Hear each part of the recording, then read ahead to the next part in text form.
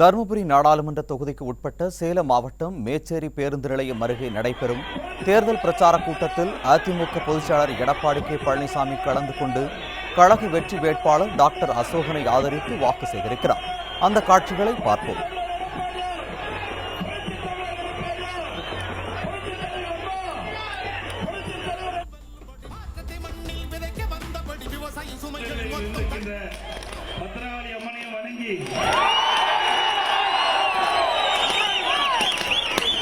நம்முடைய பத்திரகாளி அம்மனுடைய அருளாசியோடு நம்முடைய வெற்றி வேட்பாளர் டாக்டர் ஆர் அசோகன் அவர்கள் உங்களுடைய மேலான ஆதரவை பெற்று வெற்றி பெற இறைவனை பிரார்த்தித்து சிறப்பான தருமபுரி நாடாளுமன்ற தொகுதி தேர்தல் பிரச்சார கூட்ட நிகழ்ச்சிகளை கலந்து கொண்டு சிறப்பித்துக் கொண்டிருக்கின்ற முன்னாள் அமைச்சர், கழக அமைப்பு செயலாளர், மாவட்ட கழக செயலாளர், அருமை நண்பர் திரு கே பி அன்பழகன் அவர்களே, கழக அண்ணா தொழிற்சங்க பேரவை செயலாளர்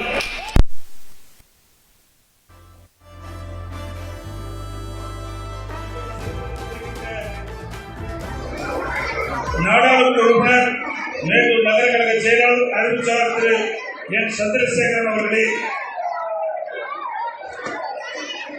சட்டமன்ற உறுப்பினர் அறிவிச்சாளர் திரு கோவிந்தசாமி அவர்களே, கழக விவசாய பிரிவின் தலைவர் திரு டி ஆர் அன்பழகன் அவர்களே, நிகழ்ச்சியிலே பங்குபட்டு சிறப்பித்துக் கொண்டிருக்கின்ற மரியாதைக்குரிய முன்னாள் சேர்மன் சகோதரர் எம் வெங்கடாஜலம் அவர்களே, முன்னாள் சேர்மன் அறிவிச்சாளர் கலையரசன் அவர்களே, வழக்கறிஞர் பிரிவு செயலாளர் அறிவிச்சாளர் சித்தன் அவர்களே, மேச்சேரி ஒன்றிய கழகத்துடைய செயலாளர் திரு சந்திரசேகர் அவர்களே, மேச்சேரி தெற்கு ஒன்றிய கழக செயலாளர் செல்வம் அவர்களே, மேச்சேரி பேருந்து கழக செயலாளர் திரு சி ஜே குமார் அவர்களே, குளத்தூர் கிழக்கு ஒன்றிய கழக செயலாளர் திரு செல்வராஜ் அவர்களே, குளத்தூர் மேற்கு ஒன்றிய கழக திரு சுப்பிரமணியன் அவர்களே, குளத்தூர் பேரூராட்சி செயலாளர் திரு ரத்தினம் அவர்களே, மாவட்ட மகளிர் செயலாளர் திருமதி லலிதா சரவணன் அவர்களே, பிஎம்டி பேருக்குழு செயலாளர் திரு கே ஆர் மோகன்குமார் அவர்களே, மேச்சேரி ஒன்றிய சேர்மன் திரு தனலட்சுமி அவர்களே, மற்றும் இந்த தேர்தல் பிரச்சார கூட்ட நிகழ்ச்சிகளை கலந்து கொண்டு சிறப்பித்துக் கொண்டிருக்கின்ற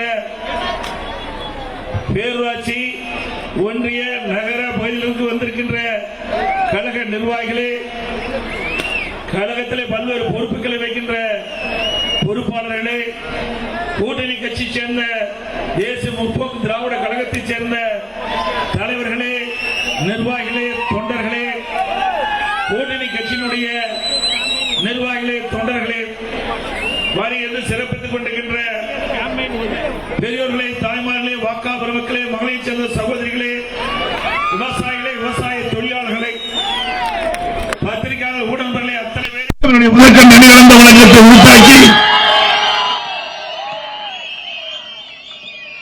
நம்முடைய வேட்பாளர் அறிவிச்சவர் டாக்டர் ஆர் அசோகன் நல்லவர், வல்லவர், திறமையானவர், டாக்டருக்கு படிச்சு வைத்தியம் பண்ணிட்டு இருக்கார்.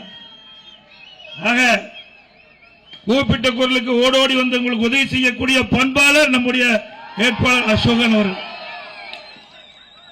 ஒரு எளிமையான குடும்பத்தை சேர்ந்தவர், இளைஞர். ஆக இப்படி ஒரு அற்புதமான வேட்பாளரை அனைத்து இந்திய அண்ணா திராவிட முன்னேற்ற கழக கூட்டணி கழகத்துடைய வெற்றி வேட்பாளராக அதிமுக சார்பாக இந்த தருமபுரி நாடாளுமன்ற தொகுதிக்கு டாக்டர் ஆர் அசோகன் அவர்களை நிறுத்தப்பட்டிருக்கின்றோம். அவருக்கு இரட்டை சின்னத்திலே வாக்களித்து வெற்றி பெற செய்யுங்கள். நம்முடைய சின்னம் புரட்சி தலைவர் எம்ஜிஆர் சின்னம், அம்மாவின் சின்னம், ஆய்குளத்தின் சின்னம், விவசாயியின் சின்னம், தொழிலாளியின் சின்னம், வெற்றி சின்னம். வாக்களிப்பீர் இரட்டலைக்கு. இன்றைய தினம் இந்த தருமபுரி நாடாளுமன்ற தொகுதியை பொறுத்த வரைக்கும் இன்றைக்கு மும்மனை போட்டியை நாம் சந்திக்கிறோம். ஒன்னு அதிமுக, இன்னொன்னு திமுக, என்று பாரதிய ஜனதா கட்சியில கூட்டணியில் அங்க வைக்கின்ற பாட்டாளி மக்கள் கட்சி. இதற்கு முந்தைய பாட்டாளி மக்கள் கட்சி நம்மோட கூட்டணி இருக்கின்ற வரை நம்ம கூட்டணியில 2வது இடம் கேட்டுட்டு இருந்தாங்க. இப்போ 3வது உள்ள 5வது இடத்துக்கு போயிட்டாங்க. இப்ப பாரதிய ஜனதா கட்சி நம்முடைய கூட்டணியில் 2019 நம்ம அதிமுக தலைமையில் அமைக்கப்பட்ட கூட்டணியில் 2ஆம் இடம் பாட்டாளி மக்கள் கட்சி வைத்தது. 3வது இடத்துல தான் பாரதிய ஜனதா கட்சி இருந்தது. ஆனா இந்த தேர்தலில் பாரதிய ஜனதா கட்சியில கூட்டணி அமைச்சு போட்டிருக்கிறா அந்த கட்சியுடைய நிலைமை எப்படி இருக்கிற நீங்கள் தெரிஞ்சுக்க. அது மட்டும் இல்ல, மரியாதைக்குரிய திரு அன்புமணி மாநில உறுப்பினர் பேசுறாரு, அண்ணா திமுக ஓட்டு போட்டா வேஸ்ட். எங்க அண்ணா திமுக ஓட்டு போட்டு நான் ஜெயிச்சதுனால நீ எம்பியா இருக்கிற. ஒரு எம்எல்ஏ கூட இல்லாத ஒரு பாட்டாளி மக்கள் கட்சி சேர்ந்த ஒருவருக்கு அண்ணா திமுக மக்கள்லாம் அண்ணா திமுக ஓட்டு போட்டு எம்எல்ஏ தேர்ந்தெடுத்த காரணத்தால தான் உங்களை நாங்க எம்பியா தேர்ந்தெடுக்கிறோம். அண்ணா திமுக ஓட்டு போட்டா நன்மை கிடைக்கும். இன்னொன்னையும் சொல்றாரு, இன்னைக்கு அவர்களுக்கு தான் பிரதமரே இல்லையே, அப்புறம் ஏன் ஓட்டு போட்டீங்கன்னு. ஏன் நீங்க பிரதமர் தான் முன்னிறுத்தினீங்களே, 5 ஆண்டு காலம் மத்தியில ஆட்சி அதிகாரத்தில் இருந்தார்ல, அப்ப சுகாதாரத்துறை அமைச்சராக இருந்தார்ல, அப்ப என்ன கொண்டாந்து இறக்கினாரு மேச்சேரிக்கு? ஒரு திட்டத்தை கொண்டாந்தாரா சொல்லுங்க? ஒரு திட்டத்தை நம்முடைய பகுதிக்கு கொண்டாந்தாரா? இல்ல தமிழ்நாட்டு மக்கள் பயன்பெறுகின்றதற்கு அங்க பேசினாரா? ஒண்ணுமே இல்லையே. அப்புறம் என்ன பிரைம் மினிஸ்டர் வச்சுட்டு என்ன பண்ண போறீங்க? நீங்களா அடிமையா இருக்கிறதுக்கு பாக்குறீங்க. நாங்க அப்படி இல்ல.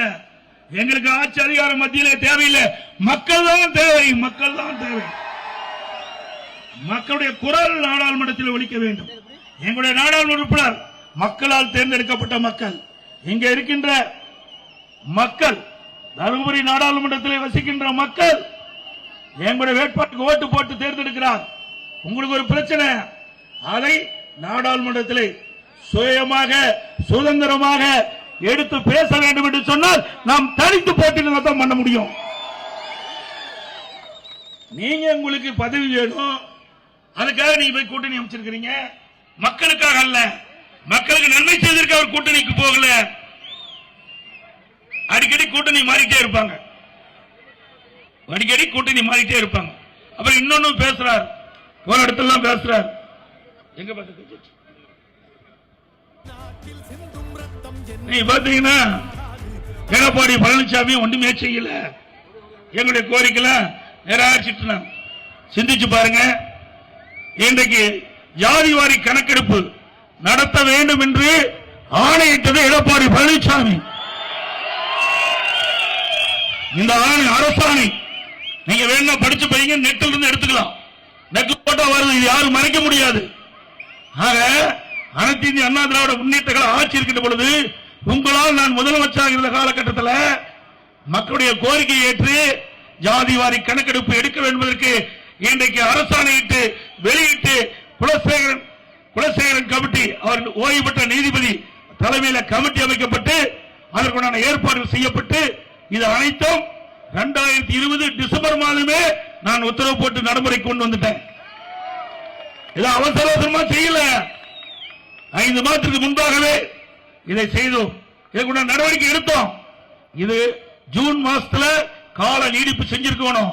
இன்னைக்கு ஜாதிவாரி கணக்கெடுப்பு தமிழ்நாடு பூரா எடுக்க வேண்டும்னா குறைஞ்சபட்சம் 2 ஆண்டு காலம் பிடிக்கும். ஒவ்வொரு 6 மாத காலமும் இதை நீடித்துக்க வேணும். ஆனால் ஆட்சி மாற்றம் ஏற்பட்டது, திராவிட முன்னேற்ற கழகம் ஆட்சிக்கு வந்தது 2021 ஜூன் மாதம், இதை நீடிக்கவில்லை. அதனால காலாவதி ஆகிவிட்டது. மீண்டும் அனைத்து இந்திய அண்ணா திராவிட முன்னேற்ற கழகம் ஆட்சி 2021 தொடர்ந்தா இந்நாள் முடிச்சிருக்கோம், நடைமுறைக்கு வந்திருக்கும். ஆக எங்களை பற்றி விமர்சனம் செய்வதற்கு எந்த ஒரு ஆதாரம் இல்லை. வேண்டுமென்றே திட்டமிட்டு நீங்கள் அதிகாரத்துக்கு வர வேண்டுவதற்காக எங்களை குறை சொல்லி பேச வேண்டாம். நாங்கள் மக்களுக்காக உழைத்திருக்கின்றோம், மக்கள் வைத்த கோரிக்கை நிறைவேற்றுகிறோம். ஆதாரத்தோடு நான் காட்டுகிறேன். ஏற்கனவே எங்களுடைய நிர்வாகிட்ட கொடுத்துட்டேன். எங்களுடைய நிர்வாகிட்ட இந்த அரசாணையை நீங்கள் வீடு வீடாக போய் காட்டுங்கள். மக்களை ஏமாற்றிக் கொண்டிருக்கின்றார்கள். இதை மக்களுக்கு புரிய வையுங்கள் என்று நான் தெரிவித்து விட்டேன். உங்களுக்கு வேண்டாம் நெட்ல போட்டு எடுத்துக்கலாம். ஆக நோட்டிபிகேஷன் 21/12/2020 ஆண்டே அரசாணை வெளியிடப்பட்டது. ஆக நான் கொடுக்கப்பட்ட வாக்குறுதி எப்பொழுதும் நிறைவேற்றக்கூடிய ஒரே கட்சி அனைத்து இந்திய அண்ணா திராவிட முன்னேற்ற கழக கட்சி. அண்ணா திமுக என்ற ஒரு கட்சி மட்டும் இல்லாவிட்டால் கிராமத்திலே வாழ்கிறவன் இன்றைக்கு வறுமையிலே வாழ்ந்து கொண்டிருக்கின்ற நிலைக்கு தள்ளப்பட்டு விடுவார்கள். பொன்மனச்செம்மல் புரட்சி தலைவர் எம்ஜிஆர் என்ற மாமனிதர் இயக்கத்தை உருவாக்கி ஏழை எளிய கிராமப்புறத்திலே வாழ்கின்ற விவசாயி தொழிலாளி ஒடுக்கப்பட்ட நசுக்கப்பட்ட மக்களுடைய ஏற்றம் பெற வேண்டும் என்பதற்காக திமுக என்ற மாபெரும் இயக்கத்தை தோற்றுவித்து அண்ணா திமுக 30 ஆண்டு காலம் தமிழகத்தில் ஒரு சிறப்பான ஆட்சி கொடுத்தது. இந்த 30 ஆண்டு காலத்தில் தான் இன்னைக்கு கிராமத்தில் இருக்கின்ற மக்களுக்கு குடிநீர் வசதி, சாலை வசதி, கல்வி வசதி, மருத்துவ வசதி, இப்படி அடிப்படை வசதிகளை செய்து கொடுத்த ஒரே அரசாங்கம் அண்ணா திமுக அரசாங்கம். எங்கள் மீது குற்றம் சுமத்துவதை விட்டுவிட்டு நீங்கள் ஆக்கப்பூர்வமான வேலை பாருங்கள். இன்னொன்னு பேசியிருக்கார் கடலூர்ல, அங்க வேட்பாளர் ஆதரிச்சு பேசிக்கிட்ட பொழுது சொன்னார், உள்ளூர் வேட்பாளருக்கு ஓட்டு போடுங்க. உள்ளூர் வேட்பாளருக்கு கொஞ்சம் இறப்பா தம்பி, கொஞ்சம் பேசி முடிச்சிடுறேன். நீ நல்லா தான் இருக்கிற, உள்ளால் சரியில்லையா?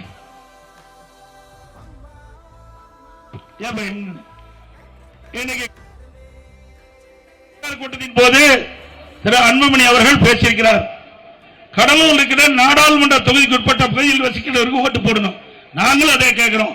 தருமபுரி நாடாளுமன்ற தொகுதியில் வசிக்கின்ற அறிவிச்சவர் அசோகருக்கு ஓட்டு போடுங்க. எங்கே இருந்து வந்து எங்கே நின்று வென்று சென்று விடுவார்கள்.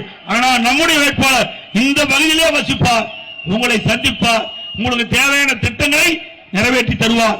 ஆகவே திரு அன்புமணி ராமதாஸ் அவர்கள் குறிப்பிட்டதை போல உள்ளூர் வேட்பாளருக்கு ஓட்டு போடுங்க, வெற்றி பெற செய்யுங்க. அதோட அடிக்கடி பேசிட்டே இருக்காரு, நீட் தேர்வு சொல்லிட்டே இருக்காரு திரு அன்புமணி அவர்கள். நீட் தேர்வை கொண்டு வந்தது பாரதிய ஜனதா, அதை அமல்படுத்தது பாரதிய ஜனதா. அவரோட நீங்க கூட்டு சேர்ந்திருக்கிறீங்க, அவரோட போய் கூட்டு சேர்ந்திருக்கிறீங்க. ஆக இவர்களுக்கு எப்பொழுதெல்லாம் சாதகமாக அமைய வேண்டும் என்று எண்ணுகிறார்களோ அப்போதெல்லாம் போய் அந்த கட்சியோட கூட்டணி அமைச்சுக்குவாங்க. மக்களை பற்றி எல்லாம் சிந்திக்க மாட்டாங்க.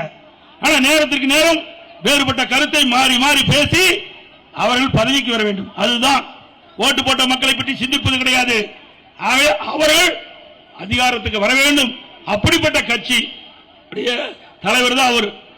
நம்ம ஊர்ல தலைவராக இருந்தார், அதையும் அவர் பிடிக்கிட்டார். யார் இருந்தாலும் உங்களுக்கு தெரியும்.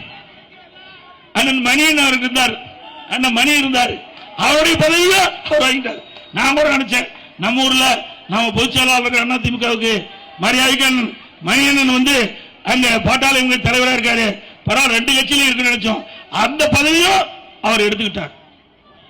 ஆக மக்களுக்கு எல்லாம் நன்மை செய்யற கட்சி அண்ணா திமுக கட்சி ஒண்ணுதான் மக்களுக்கு நன்மை செய்யற கட்சி. இன்னொரு திரு ஸ்டாலின் எப்ப பார்த்தாலும் என்னை பத்தி பேசுவாரு, கட்சி பத்தி பேசுவாரு. ஆனா இவருடைய ஆட்சியில் என்ன செஞ்சுன்னு எங்கேயும் பேசுறது இல்ல. ஓட்டு போட்டு தேர்ந்தெடுத்து முதலமைச்சர் இருக்காங்க, முதலமைச்சர் என்ன சொல்லுவேன்னா நான் என்னென்ன செஞ்சிருக்கிறேன், இனி என்னென்ன செய்ய போறேன் அப்படின்னு சொன்னா பரவாயில்ல. செஞ்சதையும் சொல்றதில்ல, செய்ய போறதையும் சொல்றதில்ல. அப்புறம் ஓட்டு போட்டு என்ன பிரயோஜனம் திமுகவுக்கு? சிந்திச்சு பாருங்க. அப்படி இல்ல, அண்ணா திமுக ஆட்சி 10 ஆண்டு கால ஆட்சி 2011 2021 வரைக்கும் என்னென்ன திட்டங்களை இந்த மேட்டூர் சட்டமன்ற தொகுதிக்கு கொண்டு வந்தோம் என்று பட்டியலிட்டு நான் பேசுகிறேன். திமுகவால் சொல்ல முடியுமா?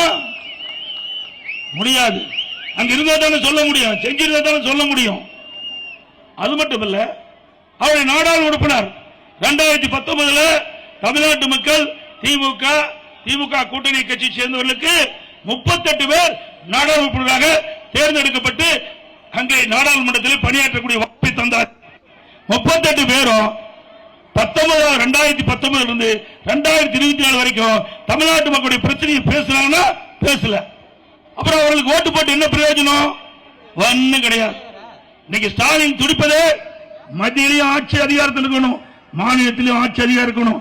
மத்தியிலையும் கொள்ளையடிக்கணும், மாநிலத்திலையும் கொள்ளையடிக்கணும். என்ன கொள்ளையடிப்பதால அந்த கட்சியுடைய நோக்கம் மக்களுக்கு நன்மை செய்வதா நோக்கம் இல்ல. நீங்க சிந்திச்சு பாருங்க.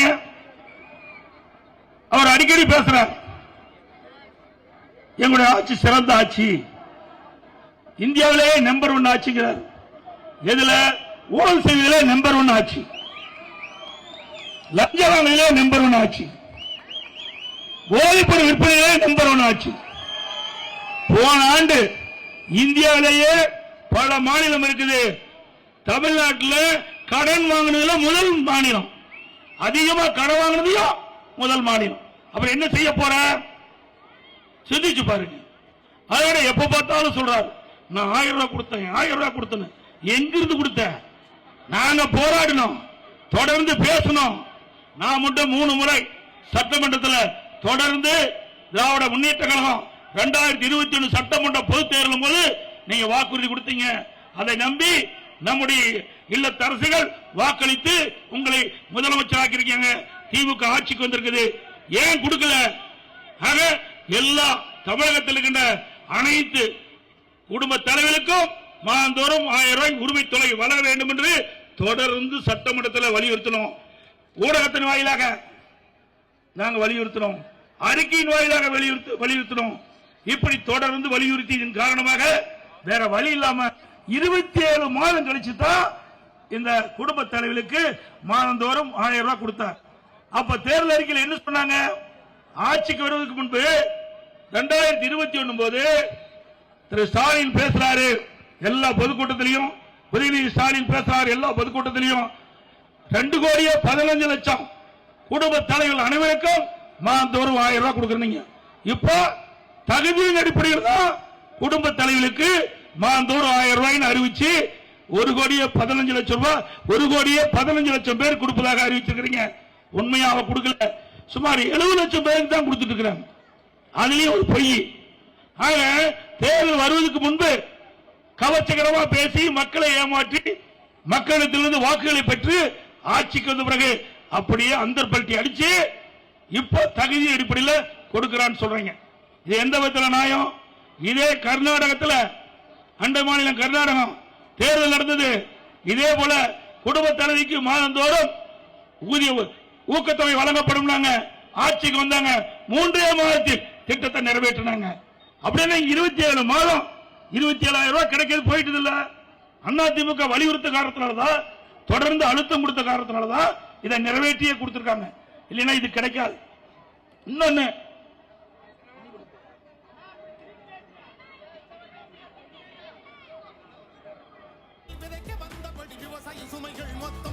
அதோட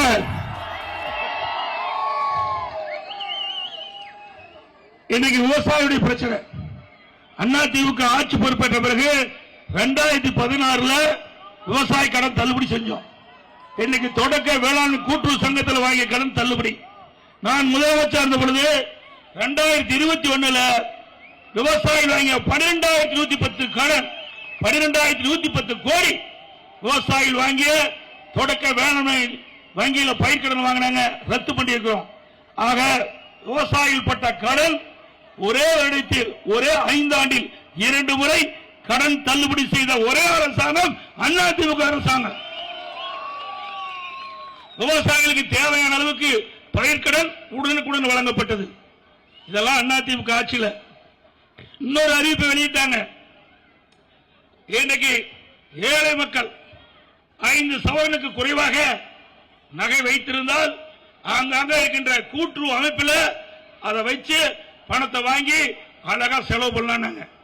இதை நம்பி தமிழ்நாடு முழுவதும் 42 லட்சம் மக்கள், நம்முடைய சகோதரிகள், பெண்கள், தாய்மார்கள், நம்முடைய சகோதரிகள் திரு ஸ்டாலினுடைய வார்த்தை நம்பி, அவருடைய திமுக தேர்தல் அறிக்கையை நம்பி, உதயநிதி ஸ்டாலினுடைய வார்த்தையை நம்பி இவரெல்லாம் கொண்ட கூட்டுறவு அமைப்பில் நகை வச்சு பணத்தை வாங்கி செலவு பண்ணிட்டாங்க. திரு உதயநிதி அவர்கள் அங்க ஒரு கூட்டத்துக்கு போறார். 2021 தேர்தல் பிரச்சார கூட்டத்துக்கு போறார். அப்ப பல பெண்கள் காதில் தோடு அடிச்சிருந்தாங்க. கழுத்துல செயின் போட்டிருந்தாங்க. பார்த்தார். அடுத்த கூட்டத்துக்கு வரும்போது காதுல தோடு இருக்கக்கூடாது, கழுத்துல செயின் இருக்கக்கூடாதுன்னு எண்ணினார். இப்ப இவ்வளவு பல பலன் இருக்கிறீங்களா, நான் பார்த்துக்கிறேன்னு சொல்லி உடனே அந்த தாய்மார்கிட்ட சொன்னாங்க, ஏமா நாங்க ஏற்கனவே தேர்தல் அறிவிப்பு கொடுத்துட்டோம், எங்களுடைய தலைவர் திரு ஸ்டாலின் சொல்லிட்டாரு, ஏன் இன்னும் நகை கொண்டு போய் கூட்டுறவு வச்சு பணத்தை வாங்கி ஜாலியா செலவு பண்ணலாம். ஆகா, திரு ஸ்டாலினுடைய மகனே சொல்லிவிட்டாரு உதயநிதி ஸ்டாலின் அப்படின்னு வேக வேகமா ஓடி காதல போட்டுக்கிற தோட கழட்டி அங்க இருக்கிற சொசைட்டில கூட்டுறவு வச்சு பணத்தை வாங்கிட்டாங்க. நம்ம தாய்மார்கள் என்ன நினைச்சாங்க, கழுத்துல போட்டுக்க செயின் இருந்தது 9 பவுன். ஆக திமுக தேர்தல் அறிக்கையில திரு ஸ்டாலின் சொல்லியிருக்காரு 5 சவரனுக்கு குறைவாக வச்சிருந்தா தானே நமக்கு பணம் கிடைக்கணும், அதை 2 கட் பண்ணி 2 பேருக்கு மேல வச்சார். இப்ப என்ன நிலைமை, ஆட்சிக்கு வந்த பிறகு தகுதியானவருக்கு தான் இந்த 5 சவரனுக்கு குறைவாக கூட்டுறவு அமைப்பிலே நகை வைத்து பணம் பெற்றவர்களுக்கு தள்ளுபடிட்டார். அப்படி பார்க்கும்போது 48 லட்சம் பேர்ல 13 லட்சம் பேர் தான் தேர்றாங்க. மீதி 35 லட்சம் பேருடைய நிலை பரிதாபமான நிலை. யாரையா கேட்டவர போய் நகையை வச்சு பணத்தை வாங்கி செலவழிக்கும் யாரு சொன்னா? இவரை வார்த்தை நம்பித்தானே போய் எல்லா தாய்மார்களும் நம்முடைய சகோதரிகள் தொடக்க வேளாண்மை வங்கி கூட்டுறவு அமைப்பெல்லாம் வச்சு நகை வச்சு பணத்தை வாங்கி செலவழிச்சுட்டாங்க. இப்ப தகுதி அடிப்படைன்னு சொல்லுங்காட்டியும் இப்ப எல்லா தொடக்க வேளாண்மை கூட்டுறவு அமைப்பெல்லாம் நோட்டீஸ் விட்டுட்டாங்க, நீங்க வட்டியோட பணத்தை கட்ட வேணும். சில பேருக்கு அபராத வட்டியோட பணத்தை கட்டணும். கோச்சா இந்த பணத்தை வாங்கி செலவழிச்சுட்டாங்க ஏழை மக்கள், திருப்பி செலுத்த முடியல.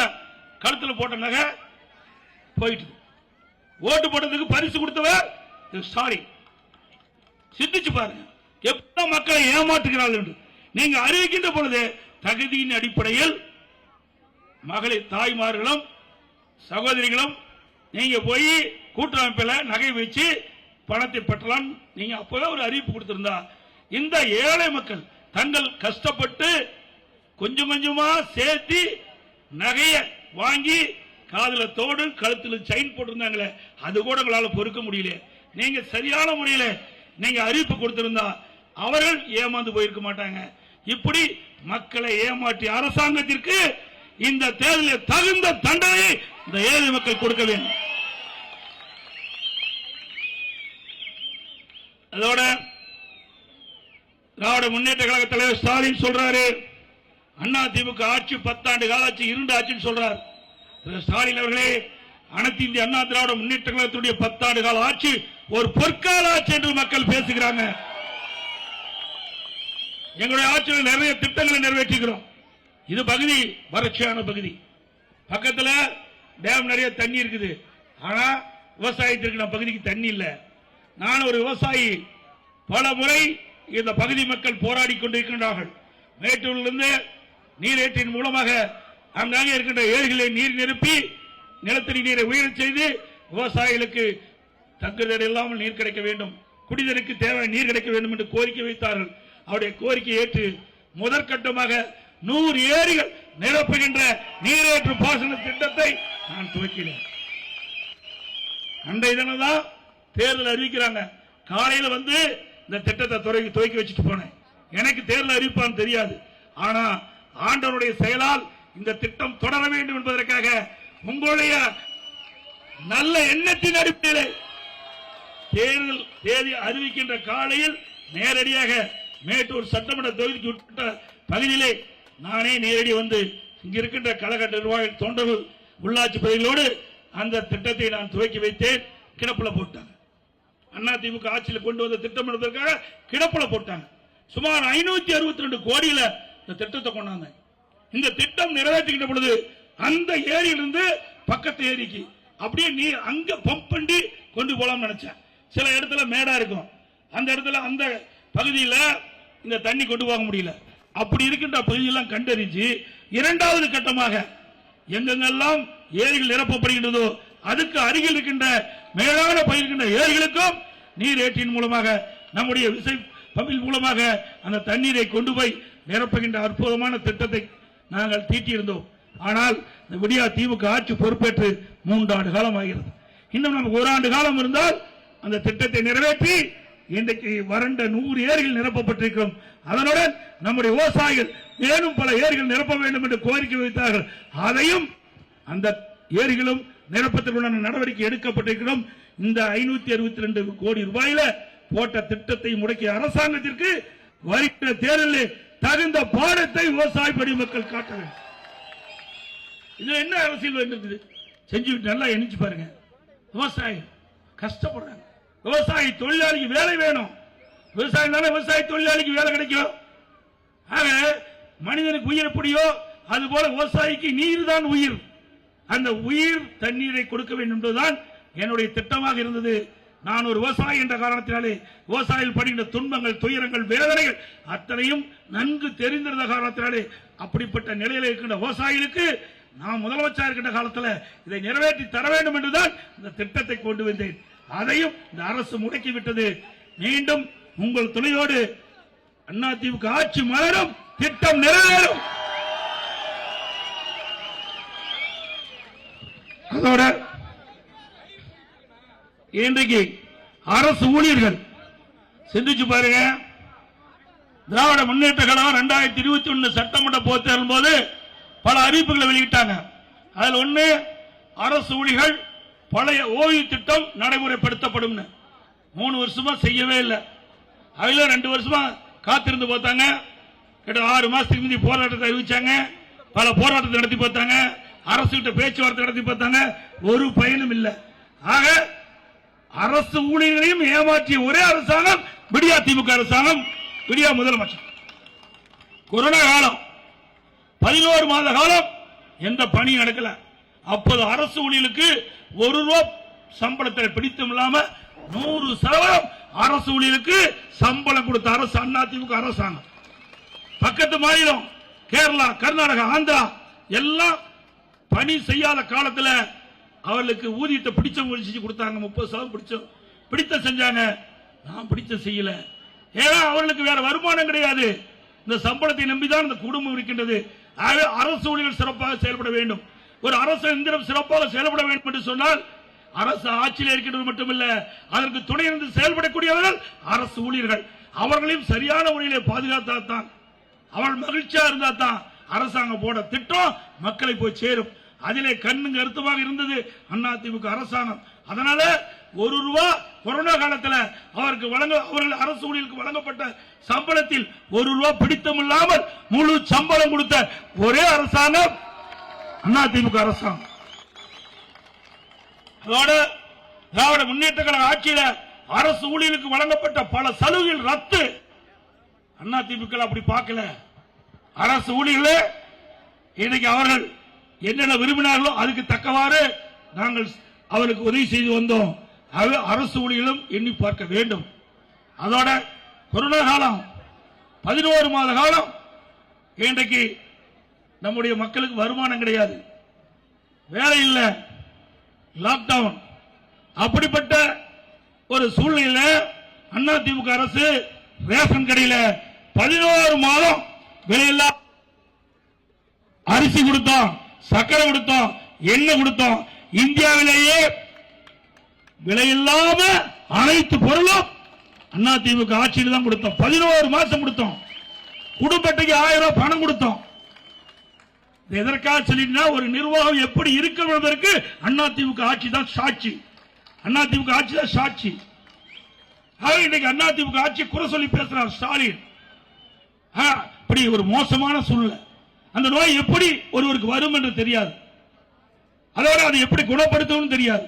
அப்படிப்பட்ட காலகட்டத்தில் கூட நம்முடைய மருத்துவர்களை அழைத்து அவளை உற்சாகப்படுத்தி அவளுக்கு தேவையான உதவிகள் செய்கிறோம் என்று சொல்லி அவர்கள் அந்த கொரோனா வைரஸ் தொற்று ஏற்பட்டவர்களுக்கு உரிய முறையில் சிகிச்சை அளித்து குணமடை செய்து விலையில்லா உயிரை காப்பாற்றிய அரசாங்கம் அதிமுக அரசாங்கம். இன்னைக்கு மற்ற மாநிலத்தில் அப்படி இல்ல. ஏன் அமெரிக்காவில் கூட அப்படி கிடையாது, வளர்ந்த நாடுகள் கூட அப்படி கிடையாது. தமிழ்நாட்டில் தான் இந்த கொரோனா வைரஸ் தடுப்பதிலே முதல் மாநிலமாக இருந்த இந்தியாவிலே பாரத பிரதமர் இந்தியா முழுவதும் காணொலி காட்சியின் மூலமாக கொரோனா வைரஸ் தொற்று இருந்த பொழுது ஆலோசனை நடத்தினார். அப்பொழுது தமிழ்நாட்டில் ஆலோசனை நடத்தினார்.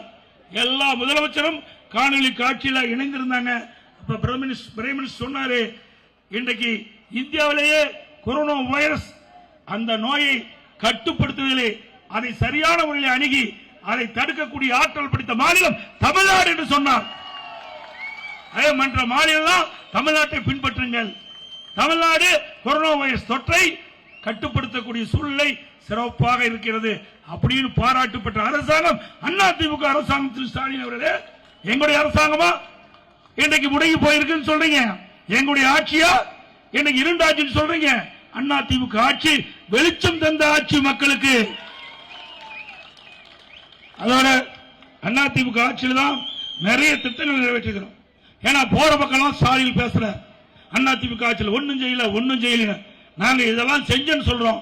நான் ஏற்கனவே சொன்னதை போல இந்த வறண்ட 100 ஏரிகளுக்கு 562 கோடி ரூபாய் நிதி ஒதுக்கீடு செஞ்சு அந்த ஏரிகள் நீர் நிரப்புகின்ற நீரேற்று பாசன திட்டத்தை கொண்டு வந்த அரசாங்கம் அதிமுக அரசாங்கம்.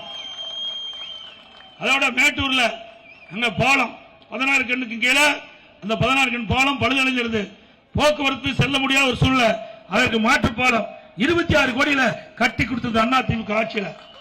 தொலசம்பட்டி ரயில்வே மேம்பாலம், மேச்சேரி நங்கவள்ளி ரயில் மேம்பாலம் அதிமுக ஆட்சியில் கொண்டு வரப்பட்டது. மேச்சேரி ஓமலூர் இது 4 வழி சாலையா போட்டேன். திமுக வந்தது அதை அப்படியே கிடப்புல போட்டு சைட்ல 1.5 மீட்டர் தான் போட்டுட்டாங்க. அதிமுக ஆட்சி இருந்தா 950 கோடி மத்திய அரசாங்கத்திலிருந்து நான் வாங்கி வச்சிருக்கேன். 950 கோடி இன்றைக்கு பவானியில் இருந்து மேட்டூர் தொப்பூர் வரை 4 வழி சாலை 950 கோடி மத்திய அரசாங்கம் ஒதுக்கப்பட்டு விட்டது. இந்திய தேசிய நெடுஞ்சாலை ஆணையம் உடனே இந்த மாநில அரசு வேண்டுமென்றே திட்டமிட்டு மாநிலத்தில் இருக்கின்ற நெடுஞ்சாலை இது தேசிய நெடுஞ்சாலை எடுக்க வேண்டும் என்பதற்காக அந்த நிதியை பெற வேண்டும் என்பதற்காக ஒரு 10% தான் நிலநடுப்பு இருந்தது. அதை வைத்து இந்த பகுதியில் நிலநடுப்பு முழுமையாக செய்யவில்லை என்று தவறான தகவலை கொடுத்து இந்த மாநிலமே இந்த தேசிய நெடுஞ்சாலை மாநில தேசிய நெடுஞ்சாலை எடுத்து இவர்கள் சைட்ல ஒவ்வொரு மீட்டர் போட்டு க்ளோஸ் பண்ணிட்டாங்க. 4 வழிச்சாலை இனிமேல் வராது. வாய்ப்பு போயிட்டு. ஏன்னா இன்னைக்கு இப்படி இருக்குது. இன்னொரு 15-20 வருஷம் கழிச்சா இதுல வாகனம் அதிகமா போகும், போக்குவரத்து நெரிசல் அதிகமாகும், விபத்து அதிகமாகும். இந்த நிலையெல்லாம் கருத்தில் கொண்டுதான் நான் முதலமைச்சர் காலத்தில் மத்திய அரசு பேசி இந்திய தேசிய நெடுஞ்சாலை ஆணையத்தின் மூலமாக 950 கோடி இந்த திட்டத்திற்காக வாங்கினேன். அதையும் நாசம் பண்ணிட்டாங்க இந்த விடியா திமுக அரசாங்கம். மேட்டூர் நகரத்தில் 90 கோடியில பாதாள சாக்கடை திட்டம். மேட்டூர் பெரியார் பல்கலைக்கழக உறுப்புகளை அந்த கல்லூரியை கலை மற்றும் அறிவியல் கல்லூரியை கொண்டாந்தோம். ஏன்னா பல்கலைக்கழக உறுப்பு கல்லூரி இருந்தா அதற்கு கல்வி கட்டணம் அதிகம், அதே அரசாங்கம் எடுத்து நடத்தின கல்வி கட்டணம் குறைவாக இருக்கும். அதற்காக ஏழை எளிய தாழ்த்தப்பட்ட மக்கள் குறைந்த கட்டணத்திலே உயர்கல்வி படிக்கக்கூடிய சூழ்நிலை ஏற்படுவதற்காக இதையும் நாங்கள் அமல்படுத்தினோம். அதோட நம்முடைய பகுதியில் வறட்சியான பகுதி, இன்னைக்கு ஒரு 800 அடி 900 அடி போட்டு தான் தண்ணி கிடைக்கும். இப்படிப்பட்ட நிலையில இன்றைக்கு மேச்சேரி நங்கவள்ளி கூட்டுக்குடி திட்டம் 182 கோடியில நிறைவேற்றி கொடுத்தோம். அதனால கிராமத்திலிருந்து நகர வரை கிராமம் பேரூராட்சி அனைத்து பகுதியிலும் கூட்டுக்குடி திட்டத்தின் மூலமாக காவிரியிலிருந்து எடுக்கப்பட்ட பாதுகாக்கப்பட்ட தண்ணீர் இன்றைக்கு அதிமுக ஆட்சியில் வழங்கப்பட்டது. அதேபோல மேச்சேரி பையன்பட்டி பேரூராட்சிக்கு மேச்சேரி ஊராட்சி ஒன்றிய குடியிருப்புகளுக்கு ஆத்தூர் நரசிங்கபுரம் கூட்டுக்குடி திட்டத்தில் ஒரு பகுதி தண்ணீர் வழங்கப்பட்டு வருகிறது. கொளத்தூர் பேரூராட்சிக்கு 8 கோடியில் குடிநீர் வழங்கப்பட்டது. அதேபோல 9 கோடி மதிப்பில் 40 படுக்கைகள் கொண்ட பல பிரிவுகள் மேட்டூர் மருத்துவமனை கொடுக்கப்பட்டது. மாவட்ட மருத்துவமனையாக தரம் உயர்த்தப்பட்டது. பையன்பட்டி வீரக்கல்புதூர் கூட்டுக்குடி திட்டம் 2 கோடியில் நிறைவேற்றப்பட்டது. 4 கோடி மதிப்பில் தூய்மை பணியாளர் மேட்டூரில் பணிபுரிகின்ற தூய்மை பணியாளர்களுக்கு வீடுகள் கட்டி கொடுக்கப்பட்டது. மேட்டூர் நகரில் உள்ள சாமத் பூங்கா சீர் செய்யப்பட்டது. மேட்டூர் நகரில் புதிய தகனமேடை அமைக்கப்பட்டது. மேட்டூர் அணை முனியப்பன் கோயில் அருகில் படித்துறை கட்டப்பட்டது. மேச்சேரி பத்திரகாளியம்மன் கோயிலுக்கு குடமுழுக்கு செய்யப்பட்டது. மேச்சேரி பேரூராட்சிக்கு புதிய அலுவலகம் கட்டப்பட்டது. மேச்சேரி ஒழுங்குமுறை விற்பனை மூலம் புதிய குடோன் கட்டப்பட்டது. கொளத்தூர் தார் சாலை பஸ் வசதி செய்து கொடுக்கப்பட்டது. மேட்டூரின் கிழக்கு கரை கால்வாய் மேற்கு கரை கால்வாய் பலப்படுத்துவதற்கு காங்கிரஸ் கால்வாயாக இன்றைக்கு அமைத்துக் கொடுக்கப்பட்ட அரசாங்கம் அதிமுக அரசாங்கம் நேரத்தில் தெரிவித்து மரியாதைக்குரிய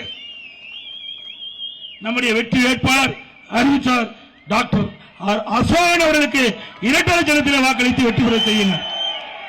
அவர் நல்லவர், திறமையானவர். உங்களுக்காக பணியாற்றக்கூடிய ஒரு நல்ல வாய்ப்பை அவர்களுக்கு உருவாக்கி தாருங்கள் என்று அன்போடு இந்த நேரத்தில் கேட்டு, தமிழர் உரிமை மீட்போம், தமிழ்நாடு காப்போம். தமிழர் உரிமை மீட்போம், தமிழ்நாடு காப்போம். நான் சொல்றத அப்படியே உரத்த குரல்ல சொல்லுங்க. ஒற்றை விரலால் ஓங்கி அடிப்போம். ஒற்றை விரலால் ஓங்கி அடிப்போம். ஒற்றை விரலால் ஓங்கி அடிப்போம். விடியா திமுக ஆட்சியை வீட்டுக்கு அனுப்புவோம். விடியா திமுக ஆட்சியை வீட்டுக்கு அனுப்புவோம். வாக்களிப்போம் இரட்டலைக்கு. வாக்களிப்போம் இரட்டலைக்கு. நன்றி, வணக்கம்.